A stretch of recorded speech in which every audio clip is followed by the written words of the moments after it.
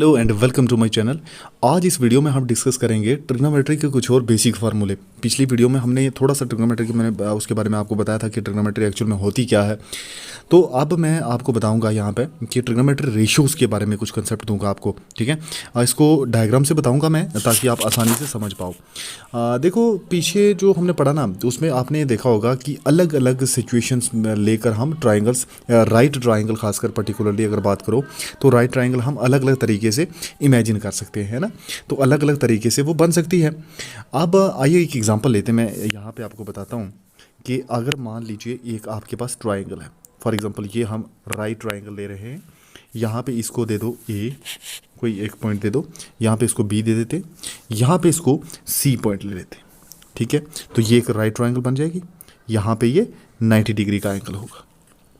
हमने ए बी सी एक right triangle ले लिया, ठीक है। अच्छे से समझना इस चीज़ को ताकि आप अच्छे से समझ पाओ और आगे जब हम क्वेश्चंस को सॉल्व करेंगे ना तब कोई प्रॉब्लम नहीं होगी। यहाँ पे अगर आप एंगल सी ए और बी इसकी बात करोगे, ज़रा इसको ध्यान से देखना कि ये जो मैंने एंगल लिखा, एंगल सी ए बी यानी एंगल ए की बात हो रही है। देखो यहाँ पे ना ये एक एक्यूट एंगल है।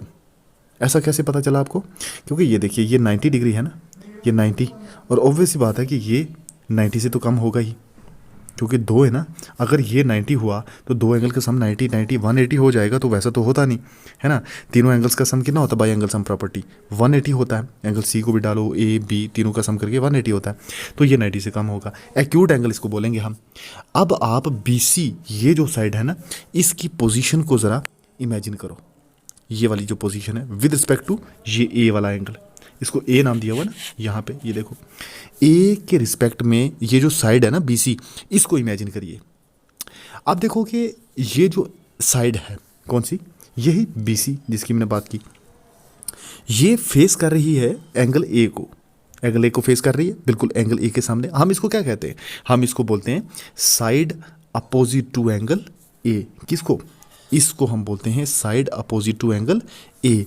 एंगल ये है, इसकी अपोजिट वाली यानी सामने वाली जो साइड है वो ये है बी सी। इतना पता चला? अगर यहाँ तक पता, आगे हम फिर बढ़ते हैं। देखो ए सी जो है, अब ए सी की बात अगर करें, ये वाली यहाँ पे आप देख रहे होंगे ये वाली साइड ए सी की अगर हम बात करें ए से सी तक, तो आप देख रहे होंगे कि ये सबसे लेंथ में देखा जाए तो सबसे बड़ी दिख रही है। ए से सी तक ये लेंथ है, ये सबसे बड़ी है। चाहे आप ए बी को देखो चाहे बी सी को, दोनों से यानी कि दोनों से अलग अलग अगर दोनों को देखोगे तो बी सी से भी ए सी बड़ी, ए बी से भी ए सी जो है वो साइड बड़ी है, ठीक है। अब ए सी जो है इसको क्या कहा जाता है ये याद रखिए, इसको बोलते हैं हाइपोटेन्यूज। HYPOTENUSE, इसको हाइपोटेन्यूज कहा जाता है, ठीक है। राइट ट्राइंगल का हाइपोटेन्यूज। और ये जो साइड ए बी है, ए बी यहाँ पे ये आप देख रहे होंगे, ये नीचे ये जो साइड ए बी है ना, ये क्या चीज़ है? ये साइड ए बी ये भी एंगल ए का एक पार्ट है। इसलिए हम इसको क्या कह सकते हैं कि side adjacent to angle A, angle A का ही पार्ट है। इसलिए इसको हम कह सकते हैं कि ये एडजेसेंट साइड है। ए डी जे लिख दिया मैंने, तो एडजेसेंट साइड आ गई आपकी ये। और ये कौन सी थी? ये जो आपने यहाँ पे देखी थी बी सी, ये थी side opposite to angle A. इतना पता चला? एक अपोजिट में एक एडजेसेंट में, एडजेसेंट में ए बी, अपोजिट में बी सी। यहाँ तक क्लियर हो जाना चाहिए। अब आप पोजीशन को नोट करिए ज़रा। देखो साइड्स को अगर चेंज किया जाए, आप एंगल सी को कंसीडर करिए ज़रा।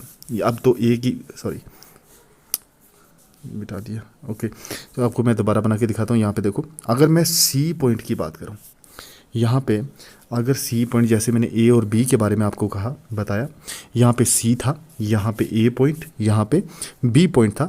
तो अगर इस सी पॉइंट को हम देखें, इसके रिस्पेक्ट में बाकी एंगल्स को देखें, पोजीशन मान लो हमने चेंज कर दी, अब ये सी को हम देख रहे हैं, इस एंगल सी को, ठीक है। ये जैसे हमने ए की बात की, अब सी की। ए की जगह पर अगर सी एंगल को हम कंसीडर करें तो हमें क्या मिलेगा? देखिए इसको देखते हुए ना आप ज़रा याद कीजिए कि आपने स्टडी किया था पीछे रेशो का कंसेप्ट अपनी पिछली क्लासेस में बहुत बार आपने पढ़ा होगा। अगर मैं कुछ रेशोज़ को डिफ़ाइन करूं तो आपको अच्छे से समझ आ जानी चाहिए। ठीक है, हम उन कुछ ही रेशोज़ को इन्वॉल्व करेंगे। जो राइट ट्रायंगल है ना, राइट ट्रायंगल की साइड्स को लेते हुए हम उन रेशोज़ को यहाँ पे डिफ़ाइन करेंगे। ठीक है, ऐसी रेशोज़ जिनमें राइट ट्रायंगल्स की साइड्स इन्वॉल्व होंगी। ठीक है, तो इन रेशोज़ को हम ट्रिग्नोमेट्रिक रेशो कहेंगे। ये जो ट्रिग्नोमेट्रिक रेशो होती है ना, ये क्या चीज़ होती है? ट्रिग्नोमेट्रिक रेशो यहाँ पे एंगल ए की मैं अगर बात करूँ तो एंगल ए की ट्रिग्नोमेट्रिक रेशो जो है किसी right triangle A B C की, यही इसी की बात मैं कर रहा हूँ, तो इसकी उस एंगल ए को लेते हुए ट्रिग्नोमेट्रिक रेशोज़ क्या होंगी वो मैं आपको बताऊँगा। लेकिन फिलहाल ये मैंने सी जो पॉइंट लिया था ना, इसमें भी सिमिलरली वैसा ही होगा जैसा ए के केस में हुआ था। क्या होगा कि सी के जो अपोजिट वाली साइड है वो किसको माना जाएगा? ए बी को। जब एंगल सी की बात होगी ना तो ये एंगल इसके बिल्कुल अपोजिट वाला ए बी को माना जाएगा। और एडजेसेंट किसको माना जाएगा? बी सी को। ये तो हाइपोटेन्यूज रहा, मैंने कहा जिसकी लेंथ लंबी वो हाइपोटेन्यूज रहेगा ही, ये भी पता है आपको। ओके, ये एंगल सी के हिसाब से अगर आप एंगल ए से देखोगे तो ये इसकी अपोजिट वाली, सी से देखोगे ये इसकी अपोजिट वाली। अच्छा, अब ये तो पता चल गया कि अपोजिट में कौन सी है। अब ये याद रखना कि जो मैं अपोजिट बोल रहा हूँ ना, एंगल ए के हिसाब से अगर देखो तो एंगल ए के रिस्पेक्ट में देखोगे तो ये जहाँ पे ये मैं हाईलाइट कर रहा हूँ ना, तो ये वाली साइड यानी कि बी सी, ये बी सी क्या होगी? बी सी को परपेंडिकुलर कहा जाएगा। ये बात समझ आइए। अपोजिट वाली जो सामने वाली होगी उसको क्या कहा जाएगा? उसको परपेंडिकुलर। अब ये याद रखना, यहाँ पे पी लिखता हूँ मैं, परपेंडिकुलर कहा जाएगा अगर ए के रिस्पेक्ट में देख रहे हो। ठीक है, सी के रिस्पेक्ट में अगर देखोगे तो ये नीचे क्या होगा? ये परपेंडिकुलर होगा। ये डिसाइड कर पाना पहले तो मुश्किल है क्योंकि आपने एंगल ही नहीं पता कि किस एंगल की रिस्पेक्ट में आप उस साइड को देख रहे हो। तो राइट ट्रायंगल में जब आप एडजेसेंट साइड को देखते हो तो वो बेस ही होता है हमेशा। ठीक है, जैसे सी के रिस्पेक्ट में अगर देखो तो ये तो परपेंडिकुलर, सॉरी ये तो परपेंडिकुलर रहा, इसका मतलब एक तो परपेंडिकुलर दूसरा बेस होगा ही, क्योंकि तीसरा तो हमें कंफर्म है कि ये हाइपोटेन्यूज ही होगा। लेंथ सबसे बड़ी हाइपोटेन्यूज ही होगा। ठीक है, तो ये जो साइड पे है ये बेस रहेगा और नीचे उसके परपेंडिकुलर, क्योंकि एंगल सी को कंसिडर किया हुआ है। एंगल ए को कंसिडर करोगे ये आ जाएगा परपेंडिकुलर और ये आ जाएगा आपका बेस आ जाएगा। ये अगर थोड़ा पता चला तो फिर आगे मैं रेशोज़ के बारे में आपको बताता हूँ। चलिए अब मैं आपको बताता हूँ कि रेशोज़ को किस तरह से फाइंड आउट करना है। ये रही यहाँ पे मैंने ये आपके लिए लिखा, यहाँ पे बेसिक फार्मूले कुछ ट्रिग्नोमेट्री के लिए। पाइथागोरस थ्योरम का भी हम यूज़ करेंगे। पहले ये बता दूँ, जैसे देखो यहाँ पे मैं एंगल सी की बात कर रहा हूँ, ये देखिए ये जो सी है ना, यहाँ पे इसकी अगर मैं बात करूँ इसके बिल्कुल अपोजिट में क्या है? A B. तो ए बी परपेंडिकुलर हुआ। मैंने अभी बताया ना कि किसी भी एंगल को लेते हो जब आप, तो उस एंगल के रिस्पेक्ट में जो सामने वाली अपोजिट वाली साइड होती है वो हमेशा क्या होती है? परपेंडिकुलर। नीचे इसके क्या होगा? बेस होगा। ये क्या होगा? हाइपोटेन्यूज होगा। तो इसी तरह से मैंने यहाँ पे आप देख पा रहे होंगे जो लिखा है एच हाइपोटेन्यूज के लिए, बी नीचे लिखा बेस के लिए, पी लिखा परपेंडिकुलर के लिए। ये पता चला। अब इन तीनों का यूज़ करते हुए अगर दो हमें दी हो तो तीसरा निकाल सकते हैं। कैसे? इस थ्योरम का यूज़ करते हुए, पाइथागोरस थ्योरम का यूज़ करते हुए। हाइपोटेन्यूज दिया है, परपेंडिकुलर दिया है, हम बेस निकाल सकते हैं। अच्छा अगर हमें बेस दिया है, परपेंडिकुलर दिया है, हाइपोटेन्यूज भी निकाल सकते हैं, क्योंकि हमें ये रिलेशन दिया हुआ है कि हाइपोटेन्यूज का square is equal to perpendicular square plus B square यानी base square. H square is equal to P square plus B square. यहाँ पे एच क्या है? एच है हाइपोटेन्यूज, पी क्या है? परपेंडिकुलर, बी क्या है? बेस। ये देख पा रहे होंगे आप यहाँ पे एच पी बी, इतना पता चला। अब P H B perpendicular hypotenuse base पता चल गया, तो आगे मैं आपको बताता हूँ कि ट्रिग्नोमेट्रिक फंक्शंस क्या हैं यहाँ पे। जैसा मैंने यहाँ पे आपको बता रहा हूँ, ये देखो साइन थीटा, ये याद रखना। ये जो एंगल है ना, ये साइन के आगे मैंने जो लिखा हुआ है, सॉरी यहाँ पे भी लिख देता हूँ मैं ताकि आपको कंफर्म हो जाए कि ये क्या चीज़ थी। ये थीटा इस तरीके का, जैसे ये लिख के ना ऐसे और इस तरह से आपने करना है, और ये जो चीज़ बनेगी इसको आप थीटा कहोगे, ठीक है। थीटा का मतलब क्या होता है? थीटा होता है एंगल। ये कुछ भी हो सकता है, इस थीटा की वैल्यू वेरी करती है। ये 90 हो सकता है, 45 हो सकता है, 30 हो सकता है, कुछ भी हो सकता है। तो ठीक है ना। तो लेकिन अगर हम यहाँ पे फंक्शंस की बात करें तो एक आपको फंक्शन दिखेगा साइन थीटा, एक आगे ये वैल्यू की कोई बात नहीं है, ये मैं आपको बता दूंगा कैसे करनी है। फिर आपको दिखेगा कॉस थीटा, टेन थीटा, ये नीचे आप देख पा रहे होंगे, टेन थीटा आपको दिखेगा, ठीक है। फिर इसी तरीके से यहाँ पे कोसेक थीटा, सेक थीटा और कॉट थीटा, इन 6 का पता चल गया। ये 6 ही ट्रिग्नोमेट्रिक रेशियो हैं, आप बिल्कुल आसानी से ट्रिग्नोमेट्री को सीख लोगे सिर्फ इन्हीं का यूज़ करते हुए। आप ज़रा ध्यान से समझिए इस चीज़ को। अब देखो, साइन, कॉस, टेन, कोसेक, सेक और कॉट, ये सब आ गया। अब इनकी ये वैल्यूज़ कैसे आई, पी अपन एच क्या लिखें, पी अपन एच क्या लिखें, ये क्या होता है? देखो, सबसे पहले मैं थोड़ा सा डिटेल में बताता हूँ, फिर उसको एक ट्रिक से बताऊँगा। तो वीडियो को देखते रहना ताकि आपको आसानी से समझ आ सके। देखो, sine theta P upon H लिखा हुआ है, लेकिन आप ये याद रखना कि साइन थीटा जो होता है ना, ये होता है side opposite to theta divided by hypotenuse के इक्वल। अपोजिट टू थीटा क्या होता है? थीटा की अपोजिट वाली यानी कि सामने वाली साइड। तो सामने वाली साइड को मैंने क्या कहा, क्या बोलते हैं? सामने वाली साइड को बोलते हैं परपेंडिकुलर, है ना। ये थीटा था, ये यहाँ पे जो आपने लिया, तो इसके सामने कौन है? ये परपेंडिकुलर तो है, ये देखो मैंने पी लिखा हुआ, ठीक है। तो ये परपेंडिकुलर होता है, तो सामने वाली साइड डिवाइडेड बाई हाइपोटेन्यूज। इसी तरह से कॉस जो होता है ना, इसको कोसाइन बोलते हैं। तो साइन, कोसाइन, फिर टेंजेंट बोलते हैं टेन को, ठीक है। तो इनकी वैल्यू को सीकेंट होता है, कोसेक जिसको लिखते हैं, सीकेंट हो गया जो सेक लिखते हो जिसको, और कोटेंजेंट होता है जिसको कॉट लिखते हैं, ठीक है। इस तरह से ये आ जाएगा। और P upon H, P upon H, P upon B, ये क्या होता है? एक चीज़ मैं और भी बता दूँ, यहाँ पे आपको बताना चाहूँगा। देखो, ये जो साइन थीटा है, इसी के अपोजिट आप मानना, इसी का रेसिप्रोकल करके आप मानना। इसी के जैसे साइन है तो 1 अपन साइन कहना, वो बन जाएगा कोसेक थीटा, ठीक है। मैं आपको एक ट्रिक बताता हूं जिसे आप देखते ही बता पाएं कि साइन थीटा किसके इक्वल होता है। Cos theta, tan theta, cosec, sec, cot, जो भी कोई पूछे तो एकदम से बता दो आप, ठीक है। सबसे पहले देखो, इंपॉर्टेंट चीज़ तो ये है ना कि साइन, कॉस और टेन पता हो, क्योंकि इसका बिल्कुल अपोजिट, जैसे पी अपन एच तो ये रहा, एच अपन पी ये हो गया, बी अपन एच ये है, एच अपन बी ये है, पी अपन बी, बी अपन पी, यानी कि बिल्कुल एक दूसरे का उल्टा है। तो मेन चीज़ है कि पीछे वाली वैल्यूज़ पता होनी चाहिए। उसके लिए मैं आपको बताता हूँ, एक ट्रिक बता रहा हूँ मैं आपको, ठीक है। ये देखिए, यहाँ पे एक सेंटेंस है जो कि आप बिल्कुल याद कर लीजिए।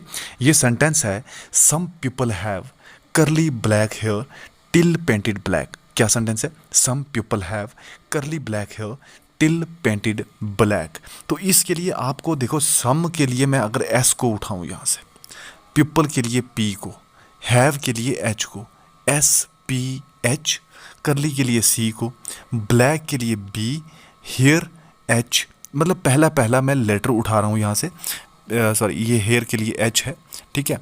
फिर उसके साथ टिल के लिए मैं टी लिखूं अगर, पेंटेड के लिए पी और ब्लैक के लिए बी। आपको ये लग रहा है ना कि यहाँ पे पी एच पी बी ये सारा कुछ ये, यानी कि ये परपेंडिकुलर बेस और हाइपोटेन्यूज से लिंक्ड है ना। तो some people have curly black hair till painted black, इससे क्या हो जाएगा? ये देखो यहाँ पे सम साइन के लिए लिखा, sine is equal to P upon H, यानी कि some people have curly black hair. पहले पहला लेटर देखिए आप, कॉस के लिए सी हो गया, करली ब्लैक हेयर, टेन के लिए हो गया टिल पेंटेड ब्लैक। पता चला सेंटेंस क्या था? Some people have curly black hair till painted black. तो सम पीपल साइन हो गया, P for perpendicular, H for हो गया hypotenuse, cos theta B upon H यानी कि curly black hair, tan theta is equal to P upon B यानी कि till painted black. तो ये पता चला। अब P अपन एच, B अपन एच और P अपन बी अगर पता चल गया तो बिल्कुल इसी के अपोजिट ही तो है। Cosec theta is equal to H upon P और sec theta H upon B और cot theta B upon P आ गया। इसी का अपोजिट, जैसे P अपन बी है B अपन P लिख दिया, ठीक है। B अपन एच है तो H अपन बी हो गया, पी अपन एच है तो एच अपन पी हो गया, उल्टा उसका बिल्कुल अपोजिट वाला। ठीक है, यहाँ ये अगर ट्रिग्नोमेट्रिक रेशियो आपको पता चल गई ना तो बस समझ लेना कि ये फर्स्ट एक्सरसाइज जो है ना ये 8.1 तो वो आपकी बिल्कुल आसानी से हो गई। लेकिन सबसे पहले sine theta cos theta tan theta इसकी वैल्यूज़ पता होनी चाहिए। और इसके अलावा जो चीज़ और यूज़ हो सकती है वो मैं आपको सिंपल सा एक फॉर्मूला है वो मैं बता दूँ। यहाँ पे ये याद रखना कि sine square theta plus cos square theta, ये वाला sign square theta plus cos square theta हमेशा हमेशा हमेशा 1 के इक्वल होता है। ये याद रखिए, sign square theta plus cos square theta हमेशा 1 होता है। इसका प्रूफ क्या, अच्छा प्रूफ मैं बता देता हूँ आपको, सिंपल सा प्रूफ है। देखिए यहाँ पे क्या होता है, किस तरह से sign square theta cos square theta जो है वो 1 के इक्वल होता है। यहाँ पे देखिए ओके, तो यहाँ मैं बता रहा हूँ आपको। देखो अगर ये तो आपको पता है ना कि हाइपोटेन्यूज का square is equal to perpendicular का स्क्वायर प्लस बेस का स्क्वायर होता है। ये कौन कहता है, ये कौन लिखता है, ये कहता है पाइथागोरस थ्योरम। ठीक है, पाइथागोरस थ्योरम के according H square is equal to P square plus B square, इतना तो हमें पता है। लेकिन यहाँ पे अगर हम देखें हर एक जो टर्म है उसको हम एच स्क्वायर से डिवाइड कर दें, इसको भी इसको भी इसको भी, कोई फ़र्क नहीं पड़ेगा क्योंकि बोथ साइड किया, दोनों साइड करने पर कोई फ़र्क नहीं पड़ा। अब देखो यहाँ H square upon H square जो है इन दोनों को अगर हम काट दें तो हमारे पास कितना 1 आता है, एच स्क्वायर 1 जा एच स्क्वायर, हाँ एच स्क्वायर 1 जा एच स्क्वायर हो गया ना, तो यहाँ पे 1 आ गया, 1 आ गया ओके। लेकिन यहाँ पे P square upon H square, क्या हम इसको पी अपान एच का होल स्क्वायर लिख सकते हैं, क्योंकि दोनों का स्क्वायर है तो दोनों के ऊपर स्क्वायर आ गया, प्लस बी अपान एच का होल स्क्वायर लिख सकते हैं। ऐसा क्यों, क्योंकि B square upon H square है, दोनों के ऊपर है, तो हम बी अपान एच दोनों के लिए होल स्क्वायर लिख लेते हैं। यहाँ इतना पता चला, तो पी अपन एच का whole square plus B upon H का होल स्क्वायर। अब इससे क्या हुआ, 1 आ गया हमारे पास पी अपन एच। लेकिन अभी हमने पढ़ा था सम पीपल है P upon H 1 is equal to P upon H क्या होता है, साइन थीटा पढ़ा था, साइन थीटा पढ़ा था ना, तो साइन स्क्वायर थीटा बन गया क्योंकि ऊपर स्क्वायर है। पी अपन एच कहाँ साइन थीटा पढ़ा था, ये देखो ना, यहाँ पे मैंने आपको अभी बताया कि साइन थीटा जो होता है वो होता है पी अपन एच के इक्वल। ठीक है, तो cos theta B upon H के इक्वल होता है। इसीलिए यहाँ जो मैं आपको बता रहा हूँ ये क्या है, यहाँ भी तो वही है ना, पी अपन एच ही है यहाँ पे, तो पी अपन एच होता है साइन स्क्वायर थीटा, प्लस है बीच में, और बी अपन एच अभी देखा हमने बी अपन एच होता है कॉस स्क्वायर थीटा, तो मैं लिखूँगा कॉस स्क्वायर और थीटा साथ में। और यही तो चीज़ है, आप देखो sine square theta plus cos square theta, sine square theta plus cos square theta is equal to 1। ये तो पहला फॉर्मूला मैंने बताया आपको, ये देखो ना, यहाँ पे मैंने आपको बताया कि sine square theta plus cos square theta is equal to 1 हो गया। ये थीटा क्या है, एंगल है। ठीक है, यहाँ पे ये पता चला। बाकी ये आगे कुछ नहीं है, ये बिल्कुल सिंप्लीफिकेशन है कि यहाँ अगर हम साइन स्क्वायर थीटा की वैल्यू निकालना चाहें तो यहाँ तो 1 रहा, तो 1 माइनस कॉस स्क्वायर थीटा हो जाएगा ना, क्योंकि यहाँ पे प्लस का है, तो जब लेफ्ट साइड को क्रॉस करते हुए वो राइट साइड ले जाएंगे तो plus sine cos square theta जो है वो माइनस कॉस स्क्वायर थीटा हो जाएगा। तो सेकंड वैल्यू तो आराम से आ गई, इसका तो आराम से पता, देखो ना, फर्स्ट अगर पता चले तो सेकंड हम उसी में से निकाल रहे हैं, sign square theta 1 minus cos square theta हो गया। अब नेक्स्ट चीज़ जो है वो है कॉस स्क्वायर थीटा, क्योंकि साइन आप देखो ना, अगर कॉस स्क्वायर थीटा यहीं पे है तो ये साइन स्क्वायर थीटा पार चली जाएगी, तो 1 माइनस साइन स्क्वायर थीटा हो जाएगा। यानी कि ये तीनों एक ही हैं, ये एक से ही निकाले हुए तीनों हैं। और बेसिक क्या है ये पता होना चाहिए, sine square theta plus cos square theta is equal to 1 होता है।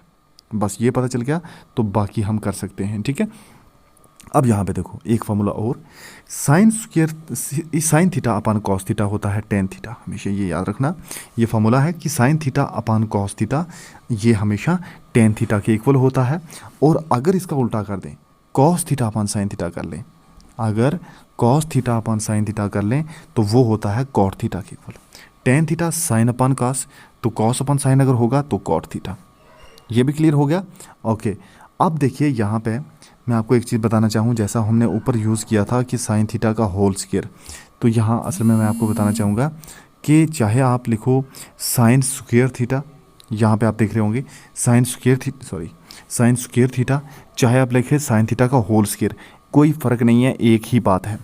साइन स्क्वायर थीटा लिखिए चाहे साइन थीटा का होल स्क्वायर लिखें, कोई फ़र्क नहीं पड़ेगा। इसी तरह से चाहे आप कॉस स्क्वायर थीटा लिखें चाहे कॉस थीटा का होल स्केल लिखें, कोई फ़र्क नहीं पड़ेगा। ये पता चला। अब चलिए आगे बढ़ते हैं। यहाँ पे देखो 8.1 एक्सरसाइज है, इसको हम कल सॉल्व करेंगे, आज नहीं करेंगे, क्योंकि आज सिर्फ जो मैंने बेसिक बताया इसको आप एक बार अच्छे से रिवाइज कर लो, फिर आगे हम इसकी एक्सरसाइज भी स्टार्ट करेंगे। ठीक है, तो चलिए आज इतना ही पढ़ते हैं, और नेक्स्ट लेक्चर के लिए अब कल मैं एक और वीडियो अपलोड करूँगा। अच्छे से देखते रहिए, साथ साथ पढ़ते रहिए, ताकि कंसेप्ट्स क्लियर होते चले जाएँ। Okay, bye.